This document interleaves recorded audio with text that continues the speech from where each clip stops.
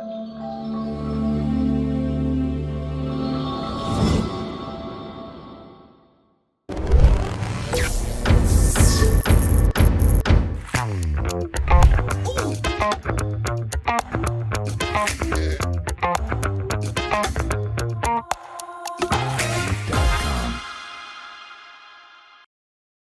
kita terus masuk ke dalam topik kita hari ni. Hari ni kita akan cuba buat dalam version English. English version, Azri. Alright, English version, that's good. Yes. With us today is Dato Sri Dr. Jahaberdeen. Yep. And we are going straight into the question, Okay. Azri. Okay, the first question is in relation to an article that you wrote, Azri. Published in The Star, in which you talk about the fourth pillar of democracy. We heard about the three pillars of democracy: the executive, the legislature, and the judiciary. However, the fourth pillar is interesting. Can you please explain to us the fourth pillar of democracy? Right. Assalamualaikum, Cik Waalaikumsalam. Fadil. Thank you very much for picking up this topic. Now, I wrote this topic because I felt it's very, very important. We are very familiar in a democracy about the three branches of government or the three pillars, i.e. the executive, the legislature, and the judiciary. Now, if you look at the context of democracy, we often say that democracy is ruled by the people. Demo, people, kratos, rule, from the Greek word. So, if you talk about democracy being ruled by the people, we are looking at democracy as a system of governance where the people either directly involved in governance or through people whom they elect during elections. Now, the question is, how is democracy going to work if people are not able to make the correct decisions? It's very important that you elect the right leaders. Silat-silat you elect the wrong leaders, susah juga, which you've been doing all this while. Correct. But that's a separate point. So to elect the right leaders, you need information. Yeah. You need the correct information. Now, that's something I find very lacking in most societies, including Malaysia. Now, who can provide this information? Now, one of the agents that can provide the correct information is the media. So when we talk about media, we're talking about the mainstream media and the social media, kan? The mainstream media, as we know, is like Star, Berita Harian, Putusan Malaysia, New Straits Times in Malaysia, which is the more conservative media. And mainstream media usually means it's a one-way process. Except now, some of the mainstream media have also gone online. So the readers can also give their feedbacks. Now, social media is more interesting because social media is more audience-centric. Kalau you ada social media account, you're very concerned about what your audience is going to say. Correct. And you actually relate to a particular group of audience. So social media ni dia berhubung dengan, it communicates together with many groupings. So that's one aspect. See, I'm still speaking Malay. So that's one aspect. Now the other thing that's very important about the fourth pillar is, if you look at the three pillars again, legislature, they make the law. Executive, they implement the law. Judiciary, they interpret the law. But who is going to hold all these three pillars accountable? It is the media. So we are saying that, as a starting, we're saying that in a democracy, the role of media is very, very important in many ways, because they are the first disseminators of information. In fact, they can also shape how elections are taking place, who the people elect, because they are the one who give the information about all these, the policies and so on and so forth. So, in a summary, as a start, media is a very important disseminator of information. In relation to the importance of media, I would like to quote your writing, in which you stated, media can be compromised by ownership and influence. When political or corporate interests shape newsrooms, editorial lines blur, investigation grew timid, and truth become negotiable. The result is a public fed with fragments of reality, often distorted or sanitized, and trust steadily erodes. The collapse of media integrity is not an abstract danger, it has real consequences. When the media fails to question, corruption thrives. When it sensationalizes instead of scrutinizing, public discourse becomes shallow. So can you further elaborate on the impact of the collapse of media integrity? Okay. Now, when we talk about integrity, we are talking about trust element. We are talking about the truthness the truthfulness of the information which is disseminated, meaning the news. Are the news that's given by the media truthful? Are they based on facts? What about the interpretation of the facts?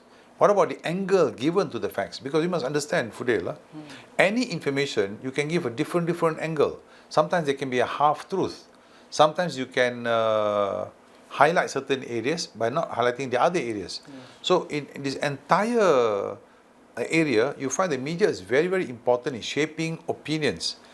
And whether or not they shape the opinion based on facts and data, or whether they misinform or they slant the news, will affect the integrity of the media itself. Now, integrity media is very important, because once the rakyat or the people lose faith in the media, then you find that they will have to go to other sources of information. Now, that's where they turn to social media, for example. Today, you find that in social media, it has got its very good points as well, where you find the news that will not come out in the media, in the mainstream media, will come out in social media. So you find that social media is playing largely a very important role in also shaping, influencing, and giving opportunities for ordinary citizens to put their views, to put their news forward. And nowadays, Fudel, if you notice, with the technology which allows for live streaming, so you find that citizens somewhere, wherever they are, they're able to live stream the news. Right. So that's also an important role of the media.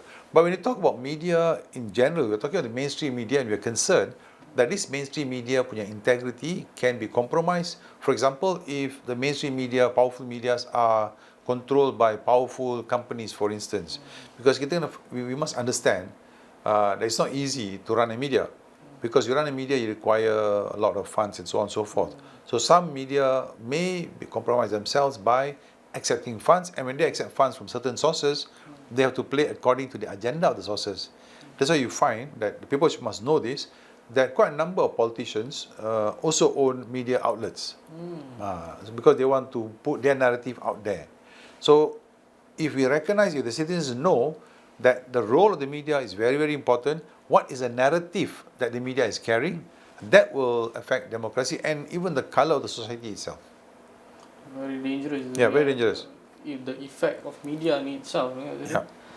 So, yes, going back to the importance of media and how it should act neutrally and impartial.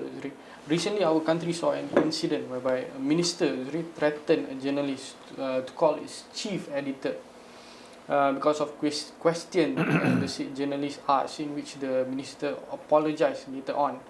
This reminded me of a statement Dato Sri wrote in RAPERA book at page 52, whereby Dato Sri wrote, and I quote, "Gangsterism, politics and people bullying, which I call the GPP phenomenon, is not something new in human history. Let us not be mistaken about it. It has been around since time immemorial in various shapes and shades. And the GPP phenomenon has to do with power and wealth. There are always that few in society that can never be content with the basic power to live. They want godly power.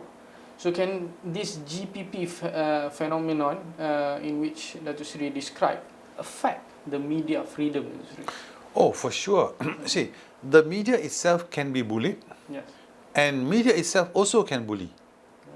Okay, if you look at how I say media itself can be bullied, for instance, recently the unfortunate incident that happened, where the minister was reacting rather threateningly to a reporter.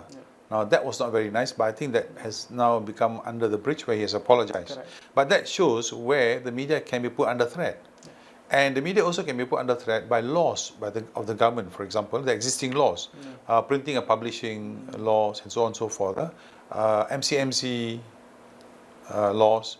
So there are many laws that can actually be used to suppress the media. So we should be careful that good media that puts forward good narratives, facts and all that, they should be given the liberty under the Federal Constitution, freedom of expression and speech. So there you find that the GPP phenomena can occur. Now on the other aspect also, media also can bully. For example, a media can be used to put forward a narrative which bullies certain thinking.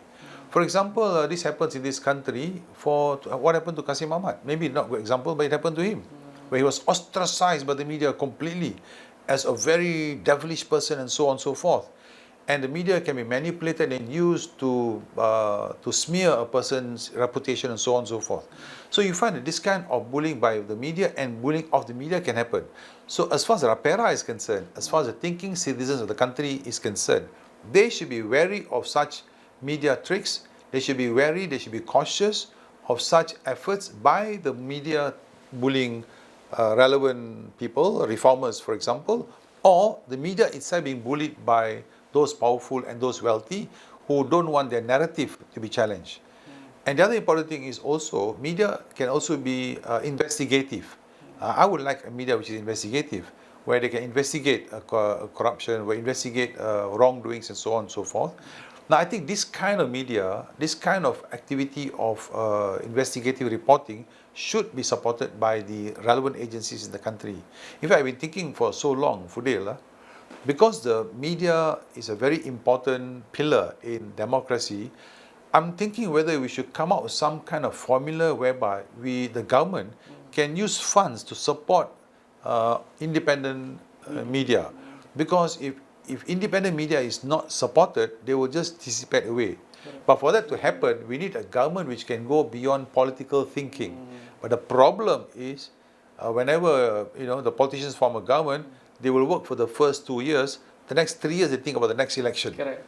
So they abuse the rallies, they abuse the narrative, and so on and so forth. But whatever it is, we should not lose hope. There are many thinking citizens in the country. I think we should work towards harnessing and supporting independent media. And if necessary for them to be provided with funds, we must come up with some kind of formula where the government can provide funds to these media outlets so that they do not just dissipate or cease away. I'm interested with what you said just now, the bullied and being bullied. Yeah. Does the social media, taking into context that in the current days, the social media, does it affect the social media as well, the bullied and being bullied? Okay, social media is, itulah. Life is like that. Everything's in pairs. There's good, there's bad. So if you look at social media, for example, I was very excited when social media first came about. I mean, I'm from the generation where there was no internet, no social media. So when social media first came about, I was very excited because, hey, finally God has given an opportunity for the ordinary person to express his views, which mainstream media will never carry. And not only that, social media is a very good platform for minorities. You may have certain specialized issues. So you can use the social media to educate the public about these special issues that you face. That's good. Unfortunately also, social media has also been abused by those powerful, those with vested interests and so on and so forth. So what they do, they create a certain narrative. And we must remember, Fudel, when you keep seeing a narrative every day, you keep believing that narrative is true. Correct. You also keep believing that narrative is universal. In Malay we say, dah orang semua orang cakap, betul lah. But actually bukan semua orang cakap. It's not everybody talking about it. It is the algorithm that's feeding you the same kind of news that you've been watching. So you must be very careful about this algorithm effect. Because this algorithm effect will make us feel as though that is the dominant news in the world. No, it is not. It is the news that you're feeding, therefore algorithm knows you like this kind of news, so it keeps feeding you this kind of news. You know what I'm talking about? Eh? So that is another very inherent danger of the social media. So in current time, I think we're still learning how to use social media. I think so. I think that people are still not very well versed with the dangers of social media, but it's a learning evolutionary process. So you find that's why we have online bullying, for example. How do you cope with it? So social media has got both plus and minus, and the education process of social media must continue so that people do not think that whatever is in print must be the truth. Macam once upon a time, when they read a book, because it's in print, it must be the truth. Correct. So today, because social media is in print, it must be the truth. No. Human beings, Fudel, do not change much. Some human beings tell the truth, most human beings lie. So we must have the wisdom to be able to distinguish between the truth and the lie. And we ourselves must learn to be objective.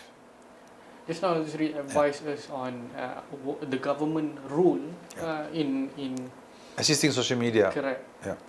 As well as creating this independent media. Yeah. Is there anything that, as a RAPERA, can form together to ensure the transparency, neutrality of the fourth pillar of democracy, which is the media itself? Okay, in our big RAPERA movement punya membership, we have a lot of journalists and media practitioners there.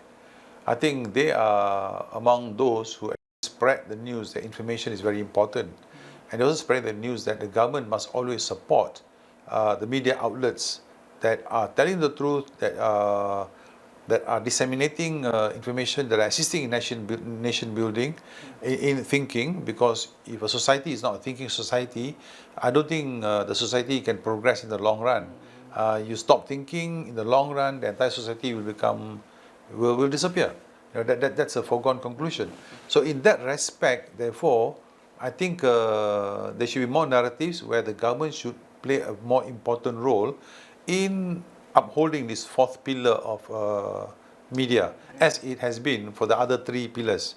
Because the fourth pillar is an extremely very important, what we're doing now is media, for example. So it's very important, so that the narratives are correct, so that thinking is encouraged and discussions are encouraged. And with all that, probably there'll be less violence, less misinformation, and we all make the correct, we have the correct facts to make the correct decisions in all aspects of our life. And more importantly, in terms of governance. And media also will be a very good manner in which the public and the rakyat can give their feedback to the government. It's not easy to meet any members of parliament as and when you like.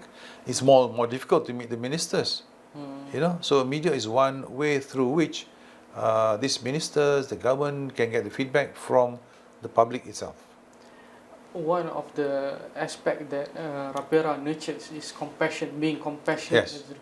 So how exactly can we incorporate compassion in terms of the fourth pillar of democracy? I think that's a very important observation, Cik Fudel, because in RAPERA we talk about compassion. We hope that there's compassion in every aspect of our life. So how does compassion play in media? Yeah.